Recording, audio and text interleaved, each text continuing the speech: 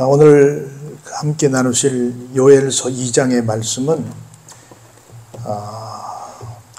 여호와의 날이라고 하는 그날에 어떤 일이 생기는가를 생각해 보면서 함께 은혜를 나누고자 합니다.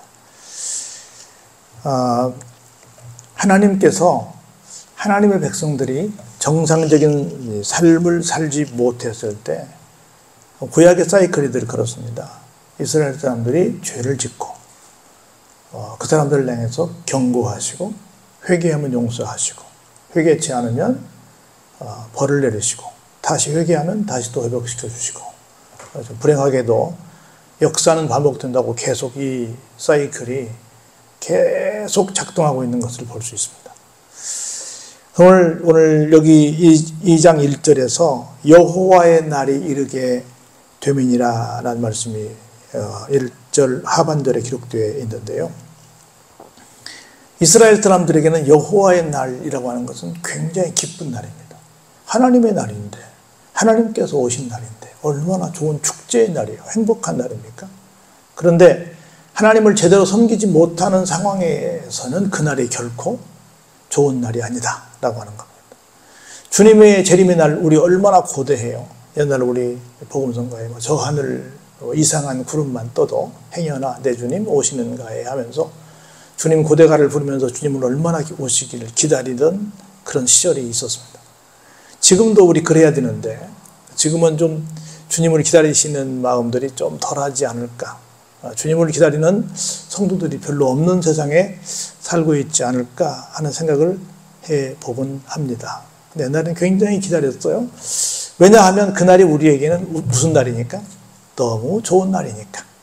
이 땅에 우리가 겪는 모든 고통을 다 종식하는 날이고 이 땅과는 비교도 할 수 없는 정말 영원한 복락이 보장된 천국으로 가는 그런 곳이기 때문에 그날을 얼마나 고대했는지 몰라요. 그래서 그걸 가지고 많은 이단들도 나왔습니다. 왜? 사람들이 그걸 기대하고 고대하니까. 사람들이 기대하지 않으면 그런 이단이 나올 수 없죠. 사람들이 그걸 기대하니까 그걸 빌미로 한 나쁜 이단들이 많이 나온 것이 역사가 증명하고 있지요. 그래서 여호와의 날이라고 하는 것이 굉장히 좋아야 되는데 주님 재림하시는 날이 반은 좋고 반은 좋지 않습니다. 하나님을 믿는 사람들은 정말 축제의 날이죠. 그런데 하나님을 안 믿었던 사람들, 하나님이 계시겠어? 안 계시겠지라고 그동안 하나님을 계속 배척했던 사람들에게는 그보다 더 후회스러운 날이 없죠. 그래서 이 날은 좋은 날이죠. 누구에게는? 믿는 자에게는. 그런데 이 날은 안 믿었던 자들에게는 이보다 더 나쁜 날이 없죠. 그런 날이 바로 극과 극을 묘사하고 있는 날이 여호와의 날, 하나님의 날이다라고 하는 거예요. 오늘 볼까요? 시온에서 나팔을 불며 나의 거룩한 산에서 경고의 소리를 질러라 이렇게 시작합니다. 뭔가 세상이 잘못됐다고 한다면 나팔을 불고 막 소리를 질러서 당신들 그러면 안 됩니다. 그리 가면 안 됩니다. 잘못됐습니다. 바로 돌려야 됩니다. 라고 막 나팔을 불면서 소리를 질러야 될 때가 어디라고요? 시온이래요. 거룩한 산이래요. 지금으로 말하면 어디겠어요? 교회죠. 근데 오늘날 이 말씀 읽으면서 1절에서 꽉 막혀가지고 더 이상 진도가 안 나갔는데 정말 세상을 향해서 아니 심지어 교인들을 향해서 뭔가 잘못된 부분을 바라보면서 나팔을 불면서 소리를 질러가면서 그리 가면 안 된다라고 막 그렇게 막았던 그런 메신저의 삶을 내가 얼마나 살았을까. 그 생각하니까 너무 부끄러운 거예요. 오늘날 교회들이 정말 그러고 있을까. 나가서 정말 대사회적으로 여러분 그러면 안 됩니다. 우리 오집사님들 기도하는 것처럼 여러분 그런 차별금지법, 나쁜 차별금지법 만들면 안 됩니다. 동성애 같은 것들이 그게 정상적인 합법화되면 안 됩니다. 이런 것들 막 가서 외치고 당신들 그러면 안 됩니다. 잘못된 것은 잘못됐습니다. 예배를 금지하는 법은 안 됩니다. 가서 이렇게 악법을 만드는 사람들을 향해서 안 되는 건 안 되는 겁니다라고 얘기할 수 있는 그런 세상이 그런 교회의 모습이 돼야 되는데 오늘날 그런 교회의 모습이 되느냐.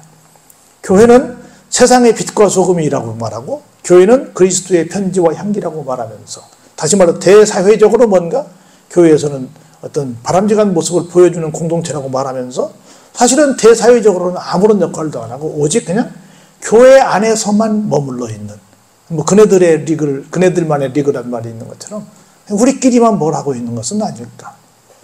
이 말씀을 읽으면서 굉장히 마음에 좀 찔림이 왔습니다. 우리 교회는 뭐 할까? 우리 아산시마에도 420개가 넘는 교회가 있다고 그러는데 이 교회들은 정말 이 사회를 향해서 나팔을 불고 있고 소리를 지르고 있고 정말 그러면 안 된답니다. 하나님의 날이 오면 큰일 난답니다. 이렇게 얘기하고 있는지를 생각해 볼 때 참 부끄러운 마음이 많다. 오늘도 우리가 그런 모임을 가졌었는데, 그래서 자기 교회를 섬기고 교회에서 하나님의 일이라고 생각하는, 교회 일이 하나님 일이라고 생각하는 것도 맞지만 연합을 통해서 뭔가 대사회적으로 국민들을, 시민들을 이렇게 위해서 뭔가 봉사하는 삶도 그것도 하나님의 일이 아니겠느냐. 그래서 하나님의 일이 뭘까에 대한 토론을 했어요. 교회에서 목회만 하는 것이 하나님의 일일까. 오늘 수많은 목사님들이 거의 그러고 있지 않나. 수많은 성도들이 거의 그러고 있지 않나. 사회야 뭐 망하든 말든, 뭐 국가야 어떻게 되든 말든, 국회야 무슨 법을 만들든 말든 뭐 그냥 오직 우리 교회만 부흥되면 되고, 뭐 우리 교회만 평안하면 되고, 이렇게 살고 있지는 않을까. 근데 밖이 저렇게 망가지면 교회가 평안할까? 밖이 저렇게 망가지면 목사님들은 평안하게 목회할 수 있을까? 아닐 거라는 거죠. 대사회를 향해서 나팔도 불고, 대사회를 향해서 막 고래고래 소리도 칠 줄 아는 그런 공동체가 하나님께서 원하시는 공동체가 아닐까. 여기 그렇게 하고 있는 거예요. 이 땅 주민들로 다 뭐하게 하라? 떨게 해라. 우리는 세상을 떨게 하고 있습니까? 세상에 나는 소리 때문에 우리가 떨고 있습니까? 제가 볼 때는 반대인 것 같아요. 우리가 막 세상을 떨게 해야 되는데 세상에서 막 우리를 공격하는 막 교회들이 덜 떨고 있는 것 같아요. 거꾸로 된 세상에 살고 있는 것 같아요. 얼마나 교인들이 지금 불안해하고 있어요. 내가 목사님들 만나고 보면 얼마나 불안해하고 있는지 몰라요. 불안해하고 있으면 벌벌 떨고 있어요. 근데 우리 소리로 말미암아 누가 떨어야 돼요? 세상이 떨어야 돼요. 근데 거꾸로 되어 있다는 거죠. 나팔도 불지 않고 소리도 지르지 않고 떨게 해야 되는데 떨게 하기는커녕 내가 떨고 앉아있고, 이거 완전히 거꾸로 된 삶을 살고 있지 않나. 그런 교회의 모습, 교역자의 모습, 성도의 모습은 아닐까 하는 생각을 해봅니다. 왜냐하면 하나님의 날이 임박해 있기 때문에 그렇다. 임박은 뭐예요? 아주 가까이 와 있다는 거죠. 하나님의 날이 아주 가까이 왔기 때문에 우리는 성도들을, 세상 사람들을 바르게 잡기 위해서 나팔을 불고 소리를 질러야 한다는 겁니다. 자, 어떤 날이냐? 지금 보세요. 곧 지금 상황을 말하는 거예요. 어둡고 캄캄한 날이요. 짙은 구름이 덮인 날이라. 새벽 빛이 산 꼭대기에 덮인 것과 같으니 이는 많고 강한 백성이 이르렀습니다. 이와 같은 것이 언제도 옛날에도 없었고 이후에도 앞으로 대대에 이런 날이 없을 거야. 우리말로 전무후무한 일이 생길 거야. 직접적으로는 메뚜기 떼가 시커멓게 덮은 걸 말하지만 더 크게 말하면 아주 강력한 힘을 가진 외부의 침략자에 의해서 우리가 살고 있는 모든 것들이 다 완전히 덮이게 될 것이다 라고 하는 겁니다. 어떻게 하면? 교회에서 나팔을 불지 않으면, 교회에서 소리 지르지 않으면, 교회에서 바르게 그들을 선도하지 아니하면 이런 일이 생길 거라는 겁니다. 그래 볼까요? 불이 그들의 앞을 사르게 될 것이고 불꽃이 그들의 뒤를 태워서, 그들의 예전의 땅은 어떤 것 같았어요? 기가 막히게 아름다운 에덴 동산 같았는데 그들의 나중의 땅은 어때요? 황폐한 들이 되더라는 거지. 그것을 피한 자가 없이 완전히 다 초토화되었다는 거죠.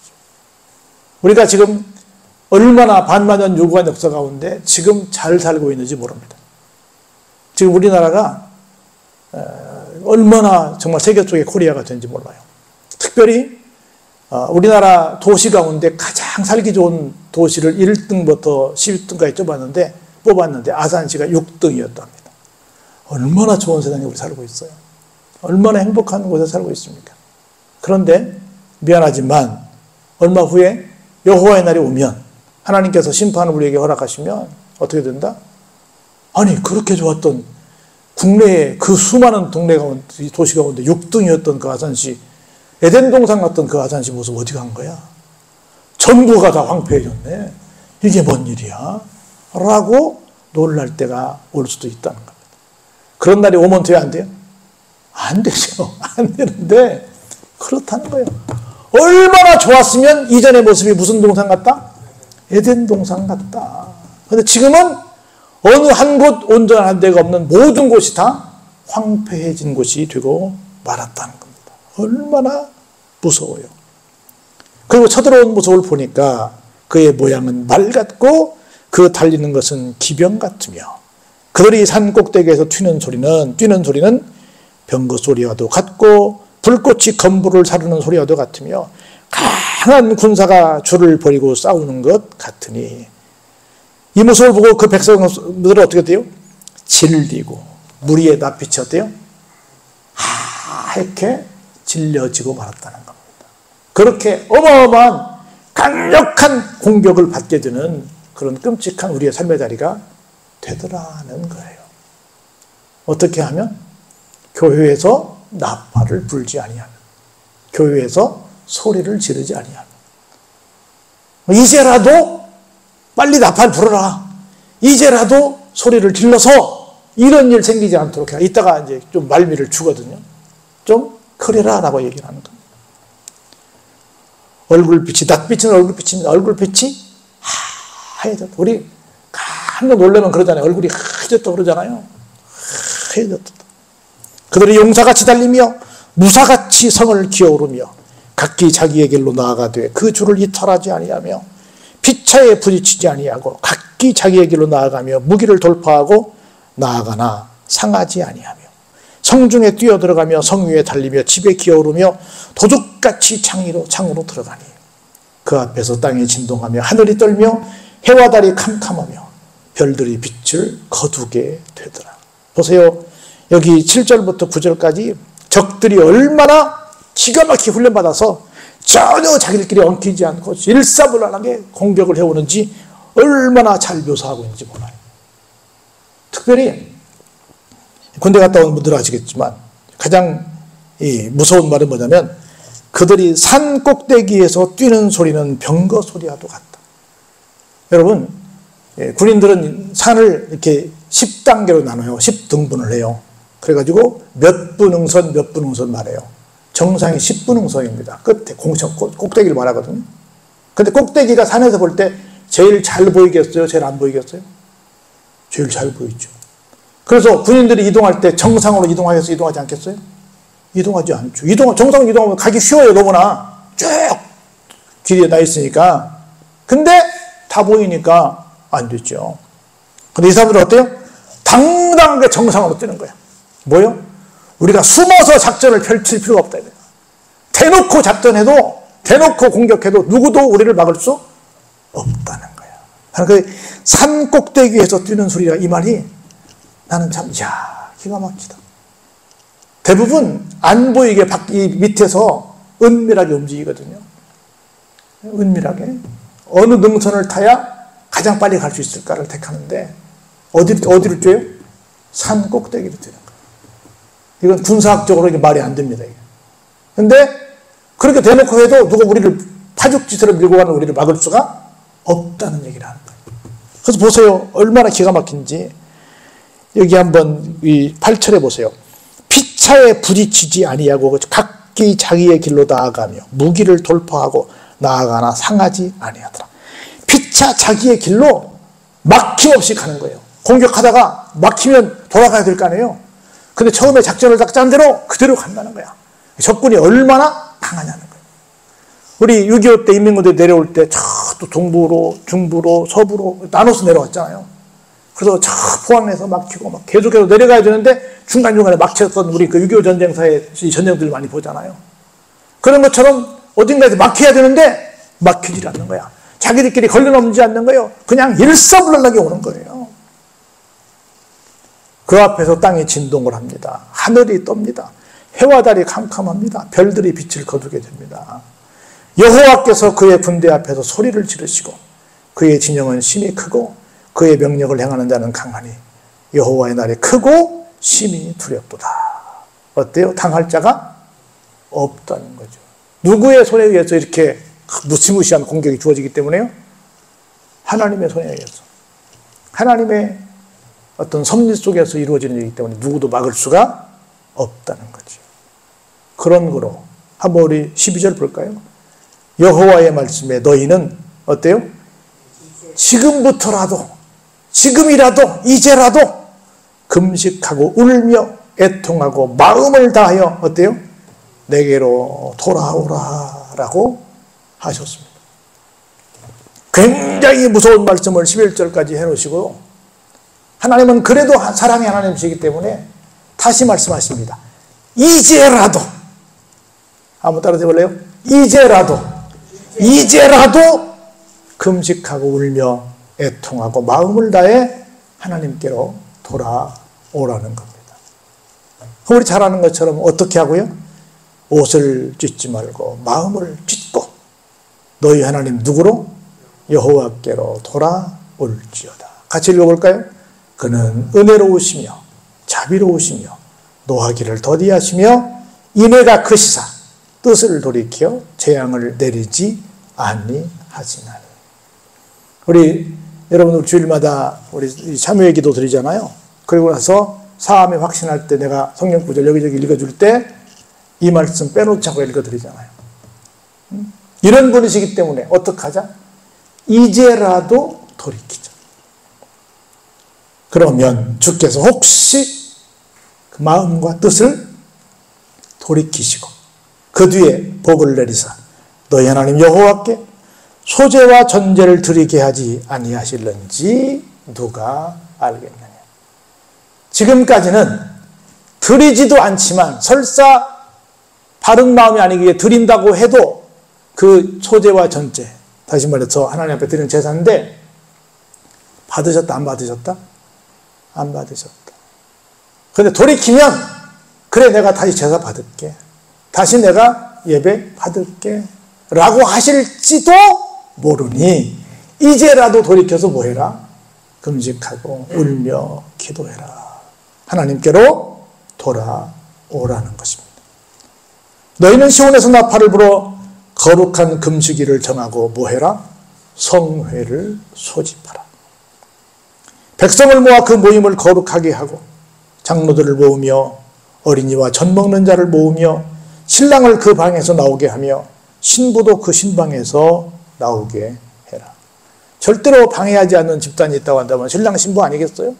근데 지금 그럴 때가 아니라는 거죠. 모두가 다 나와서 금식일을 정하고 성회를 소집하는 그 자리에 나와야 된다는 겁니다.